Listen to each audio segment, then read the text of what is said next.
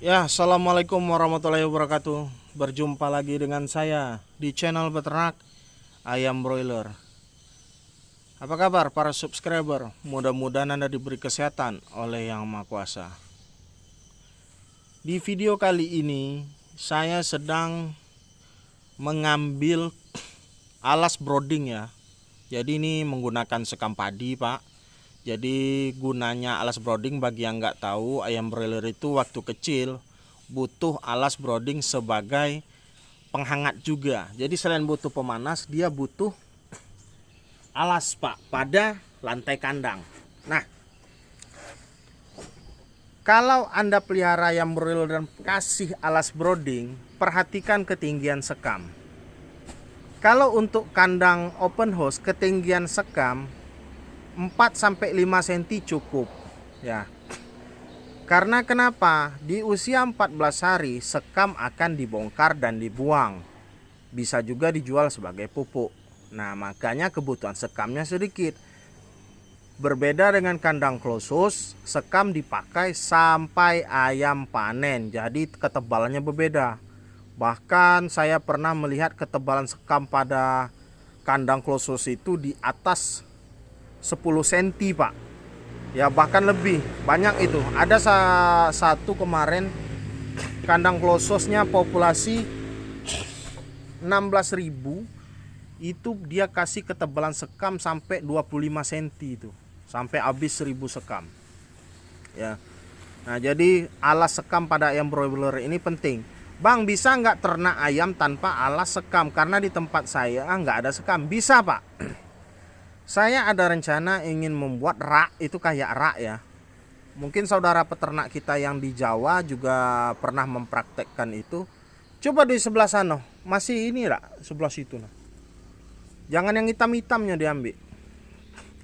Jadi ada saudara peternak kita yang di Jawa itu sudah nggak pakai sekam lagi ya, karena kelangkaan sekam.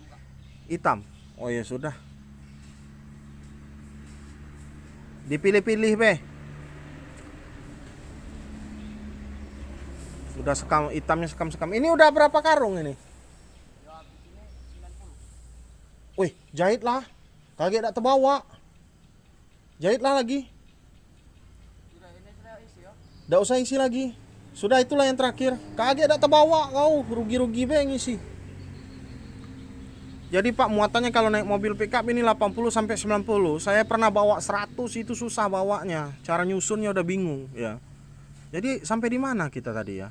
Nah, masalah ternak tanpa sekam sangat bisa dilakukan. Tapi kalau ternak tanpa sekam, Anda harus perhatikan pemanas. Pemanasnya harus lebih kuat daripada yang menggunakan sekam. Karena ayamnya ibaratnya nggak punya selimut, Pak. Kalau cuacanya dingin, ayam kedinginan, sudah sering saya jelaskan efeknya, ayam akan banyak makan, tapi pertumbuhannya terganggu atau pakan yang dipakai tidak menjadi daging, Pak.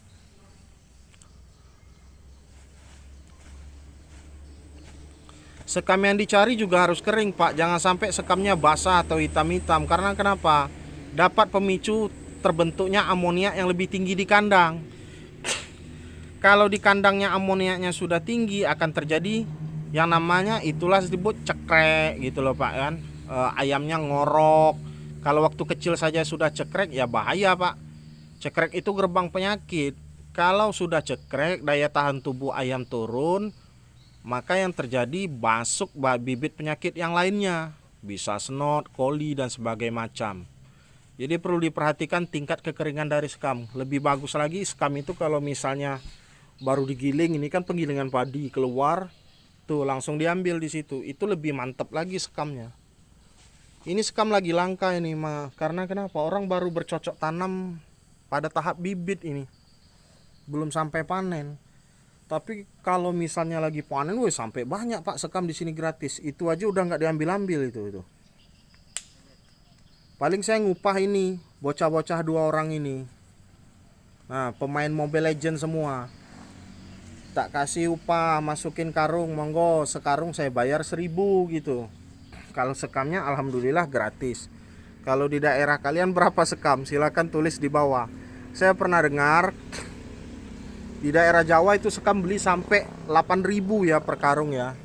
Makanya saya sangat bersyukur sekali tinggal di daerah Sumatera sini, karena diberi kemudahan untuk menjalankan bisnis ayam broiler.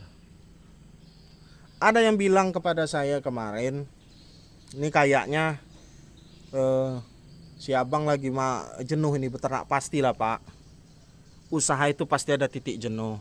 Pasti kita ingin membesarkan usaha atau menambah lini usaha yang lain. Pasti sudah saya pikirkan, nggak mungkin lah di ayam-ayam terus ya kan. Kalaupun di ayam terus, saya ingin jadi lebih besar, berkembang lah Pak, ya berkembang. Jadi jangan jalan di tempat gitu.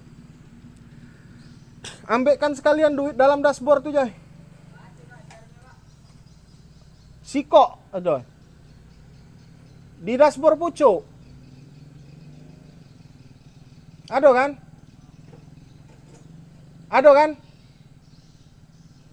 Ya. Jarum jahit, Pak. Ya. Itulah saya bilang, apalagi peternak tradisional, Pak. Kita ini sudah didatangi yang namanya teknologi. Nanti lama kelamaan peraturan PT perusahaan ayam kemitraan ini itu bakal menetapkan peraturan tidak menerima kandang selain kandang close. Pasti terjadi. Gak mungkin gak terjadi Pak. Pasti suatu saat terjadi. Karena mereka itu sekarang sudah mulai bukan hanya mengejar kualitas tapi juga kuantitas. Jadi kalau bisa ayamnya bagus, populasinya banyak. Dengan gitu mereka bisa menguasai pasar. Karena hukum menguasai pasar itu pemegang barang terbanyak gitu loh Pak. Dia bisa kendalikan harga sesuka dia dan itu akan pasti terjadi. Nah untuk yang peternak yang nggak punya modal, nggak bisa buat kandang close, pasti kena. Kecuali dia ada modal untuk ternak mandiri sendiri. Cuman kalau mandiri, saya rasa sekarang susah Pak. Satu, kendalanya di pemasaran. Yang kedua, harga yang turun naik nggak stabil gitu loh. Ketika kita harga pokok produksi itu misalnya 16.000, tiba-tiba ayam turun ke 12.000. Jadinya rugi per kilo 4.000. Pusing di situnya Pak, kecuali peternaknya ini ngerti kapan harus beternak, kapan tidak harus beternak. Ya.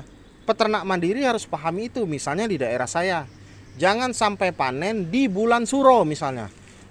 Karena di bulan suro itu biasanya orang jarang pesta gitu loh Pak. Jadi yang beli ayam dikit. Kalau sudah habis bulan suro, baru beternak lagi. Nah, kalau itu dipelajarin, bisa mungkin mandiri. Ya. Apalagi kalau di tempat Anda itu Pak, banyaknya kemitraan Pak ya. Jadi kalau di tempat Anda banyak kemitraan, Anda susah juga Pak bersaing tentang bisnis ayam broiler ini. Karena kenapa? Broker kalau misalnya beli ayam di peternak mandiri dan di daerah itu banyak PT kemitraan, nggak mungkin broker beli harga lebih tinggi daripada perusahaan kemitraan ayam broiler.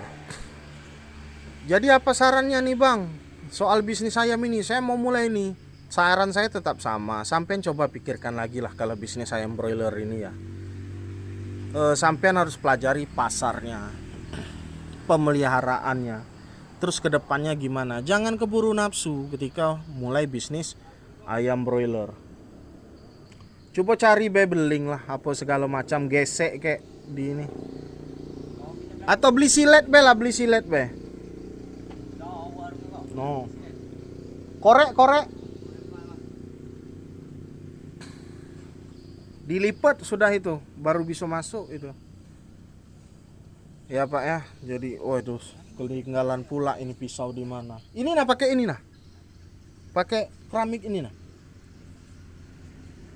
Pakai keramik nih nah, putus-putus kan.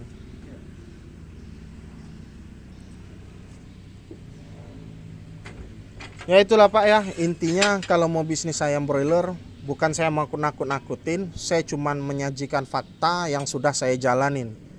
Pikirkan lagi, kalau Anda tidak tahu ilmunya, sebaiknya jadi penonton sajalah. Jangan ikut jadi pemain Pak, risikonya terlalu besar kalau Anda tidak tahu seluk-beluknya. Ya, bisnis ayam broiler ini lain Pak. Kenapa? Kalau dibandingkan kayak misalnya bisnis baju, nggak laku barangnya masih ada Pak. Kalau ternak ayam broiler, nggak laku atau harganya anjlok, nggak laku ayam jadi bangkai, harga anjlok Anda rugi, walaupun laku. Itu dulu dari saya di channel Beternak Ayam Broiler. Jangan lupa bagi yang ingin membeli obat lalat, baca link deskripsi. atau WA langsung ke 0831 6046 5158. Assalamualaikum warahmatullahi wabarakatuh.